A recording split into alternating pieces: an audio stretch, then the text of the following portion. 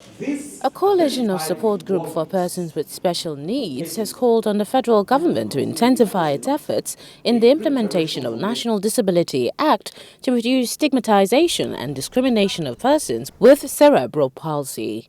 Convener of one of the support groups, Biabo Arayinka, at a press conference said in commemoration of the 2021 World Cerebral Palsy Day, there is need for awareness in campaign on the rights of persons living with the ailment. She said the vision of the campaign is to ensure that children and adults with the condition have the same right, access and opportunities as anyone else in the society and achieve their full potentials, hence the need for the government's involvement. Our demands.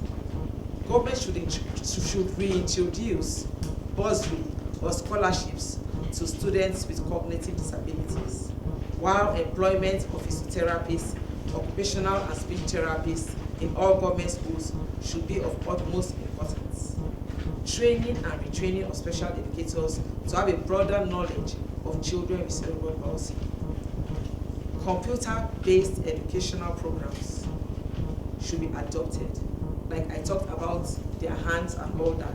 They may not be able to write, but they will be able to use their computers.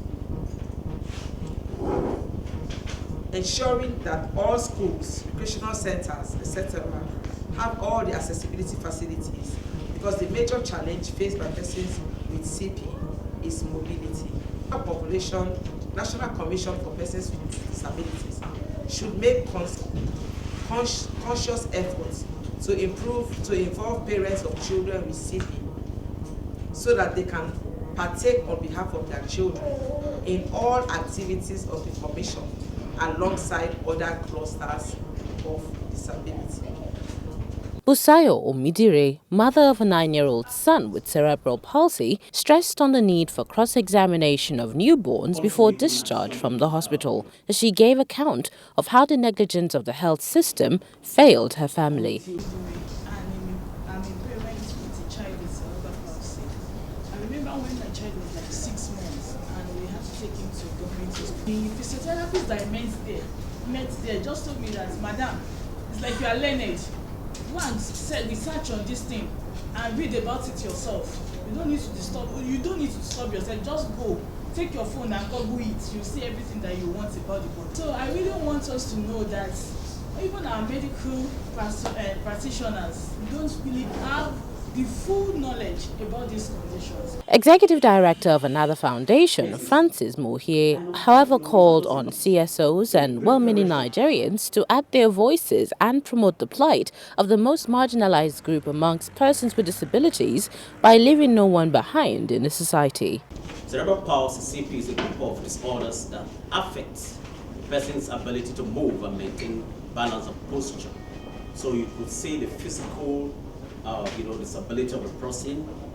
It starts in some cases how to grab objects, movement of the body, physical body position, the way the person walks and all that.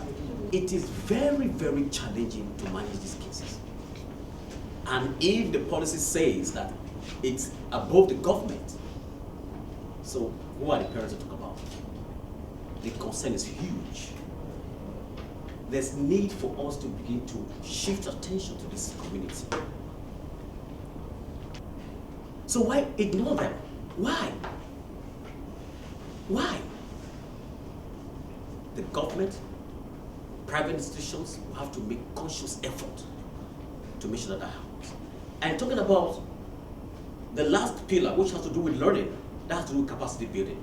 So IFA also, conduct training for parents, for caregivers, medical doctors.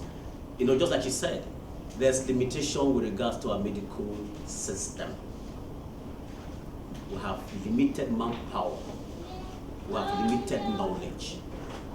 Like I've always said, I can't imagine a world without medical doctors. But when it comes to certain special needs, especially autism, there's limitation. Our correspondent reports that the theme of the 2021 edition is Millions of Reasons.